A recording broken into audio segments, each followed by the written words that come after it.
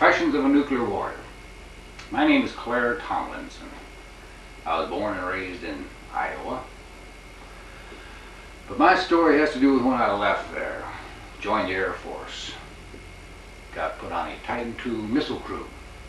10-story, 10-megaton nuclear weapon system. Wound up pulling duty in Tucson, Arizona. Well, one night, as you probably guessed by now, yes, it's true, we received a message to launch every nuclear bomb we had at that time, and yes, it was a mistake. Now, I wrote the story, and it was published in Hustler magazine, September issue 1984. Excuse me. Well, let's get to the story. It was 3 a.m., as I best remember. Dead morning. We were on alert at one of the Titan II missile sites scattered out in the desert around Tucson, Arizona. 571-2 to be exact in my case, just west of Benson, up the hill around the curve off the left. Yeah, those of you who saw it, yeah, that was it. Down on level 2 of the launch control center, we were babysitting the bomb, a 10-megaton thermonuclear warhead mounted on top of a 10-story ICBM Titan II missile.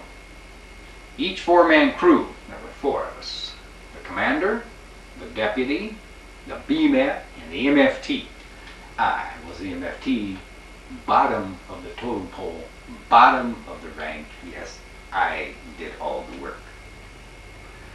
Each 4-man crew pulled 2 or 3 24-hour alerts a week. 2 or 3. That's 24 hours a shift. A lot of time.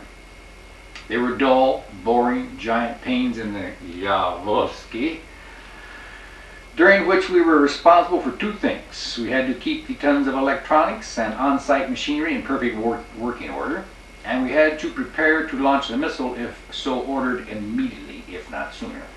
Thank God we never had to launch them, or of course it would mean that we had gone to war for the last time ever, and of course it would mean the end of everything and everybody. I was monitoring the missile support system guidance, fuel, electronics, air conditioning, hydraulics, pneumatics, fire, and toxic vapor indicators, all displayed on dozens of panels, lights, and dials mounted all over the control center. Monitor, monitor, monitor. Watch, watch, watch. Be alert, be alert, be alert. It can happen any second. Constantly watching. Level 2 was called the no-loan zone, because it was the brain of the weapon system and the location of the launch button. For that reason, no one could ever be left alone there at any time. No. Nobody alone on level 2 of the control center. This was to make it impossible for any one person to launch the missile on his own without official military authorization to do so. As usual, the air conditioning was not working, so I was sitting there in my underwear, BBDs if I remember right, maybe it was Hanes, sweating profusely, blurry-eyed after 18 mind-numbing hours of watching the dials and listening to the electronic drone of the control center support gear and the missile guidance computer. The commander and sergeant upstairs asleep. Rightfully so, well-deserved sleep shift. The deputy commander sat slumped forward in the command chair, sound asleep with his head on his hands at the control console, his launch key on a chain around his neck, looking somewhat ridiculous with a pistol strapped over his boxer shorts. He was completely exhausted from the wear and tear of alert after alert after alert, never getting enough time to rest in between before we saw ourselves coming and going on those alerts. Didn't we just come in yesterday? We're going out tomorrow. The deputy was breaking the no sleeping on level 2 rule, but that's the first part of my confession. Nuclear warriors broke the rule all the time. We all slept on level 2. We did it every chance we got, while the missile stood ready in its underground silo, 275 feet away, with 7,000-pound steel doors between us, just in case the missile blew up. Didn't want to blow up the crew too. Well, we were all monitoring and catching a little nap every now and then. Well, I was just about to drift off to sleep myself. You know, we used to drift off a lot. Couldn't help it, nothing else to do but sit there. And it reminds me, on with the story. Well, I was just about ready to go to sleep there when the weird, high-pitched warble of the emergency war order signal began to sound its shrill warning.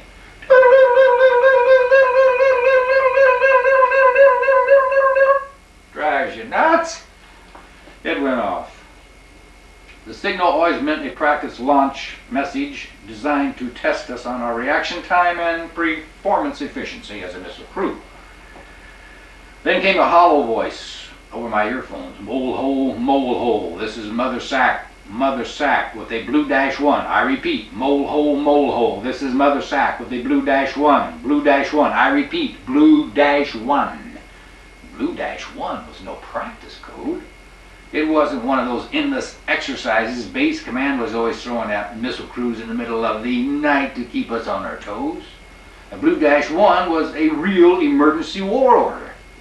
The only time they had ever sent a blue -1 before, as far as I knew, was on a standby base of the year before when Kennedy was assassinated, the president. I yelled at the deputy, who was raising his head up off the launch controls, eyes wide from the rude awakening and screeching warning signal. Wake up! We've got a blue -1, I said, coming in. He blinked his eyes, reaching for the top secret code book. Roger, I hear it. I wasn't asleep, I was just resting my eyes. Wait a minute, did you say blue -1? Yeah, I shouted. He grabbed his headset and put it on. We both picked up our grease pens and began copying.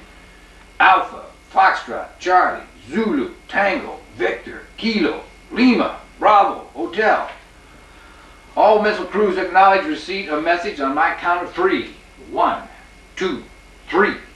I reached up and pressed the transparent plastic acknowledge button that sent an instant signal back to SAC headquarters in Omaha. After decoding and authenticating, the deputy and I exchanged codebooks to cross-check each other's work. We had been through this procedure 1,000 times. Find the blue code word identification. Turn to the page indicated in the code book. Read down the list of numbers and then turn to that page for the message. To our horror, there was no mistake. Jesus, I muttered, my head beginning to pound. This is a DEFCON 2. This meant we were just one step away from launching the missile. I stared at the deputy in disbelief. He stared back. Then with trembling hands, he took a deep breath and said very quietly, I'm officially informing you that I'm going to the launch checklist now. Prepare to follow along. MFT.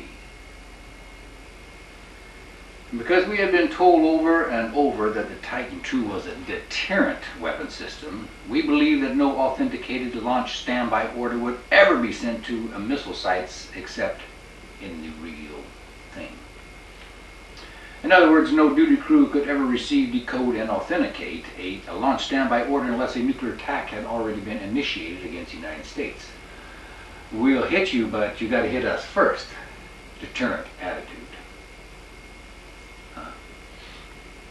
With his finger following along each word in the checklist, the deputy began to read aloud from the emergency war order like a trained robot. Step 1. Sound the klaxon and topside siren. His fingers automatically lifted from the checklist to the klaxon button on the launch control console and pushed it. Klaxon activated, he said, as the overhead warning blast began piercing my one ear that wasn't covered by my headset. And let me tell you, this klaxon could blow you out of the control center. It was so loud. Check, I said loudly, doing what I'd been trained to do over and over in practice launch after practice launch after practice launch. As the deputy read, I followed each word in the checklist and watched every move he made to make sure there wasn't a single mistake made. Never were we to deviate one iota from the checklist. His finger went back to the checklist. Step 2, he continued. Clear all personnel topside from the missile site. The deputy's voice cracked as he announced over the PA system. Attention all personnel topside. Attention all personnel topside. This is the control center. Evacuate the site immediately to a radius of 10 miles. I repeat, evacuate the site immediately to a radius of 10 miles. Check, I responded, feeling foolish. Since the site was miles out in the Arizona desert, at supposedly a classified location, nobody was topside except some roadrunners and coyotes. But regulations were regulations. We did make the announcement. The deputy then switched back to our intercom headsets and put his finger on the checklist again. Step 3, he announced. Assemble crew to launch control stations. Check, I said in a shaky voice as the deputy switched the sound system back to the loudspeakers. Emergency, emergency, Commander, level 2, immediately. I repeat, level 2, immediately. The gravity of what was taking place was beginning to sink in. I had been through endless calls to arms many times before in practice drills, in crew evaluation checks, in operational readiness inspections by the gods of the Strategic Air Command themselves. But they were always dry runs. We never really believed it was anything but a game. Nobody in his right mind would ever launch one of those 10-story doodahs. Yet it looked as if this one was actually about to happen. The nightmare that had haunted us all seemed to be coming true. We were going to launch.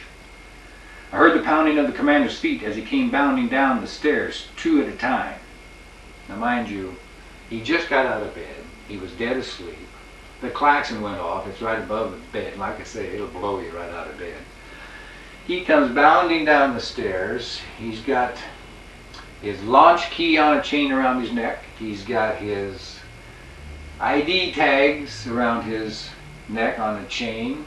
He's got his belt, his holster, his .38 stub-nose pistol stuck in his side, and he's got his BDDs on. That's all. And he comes running down to the command council. He sits down and he's ready to blow millions of people away now in his BDDs.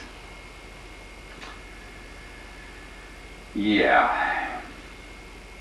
Like the dedicated soldier he was, he headed right for the command chair to assume full charge of the situation.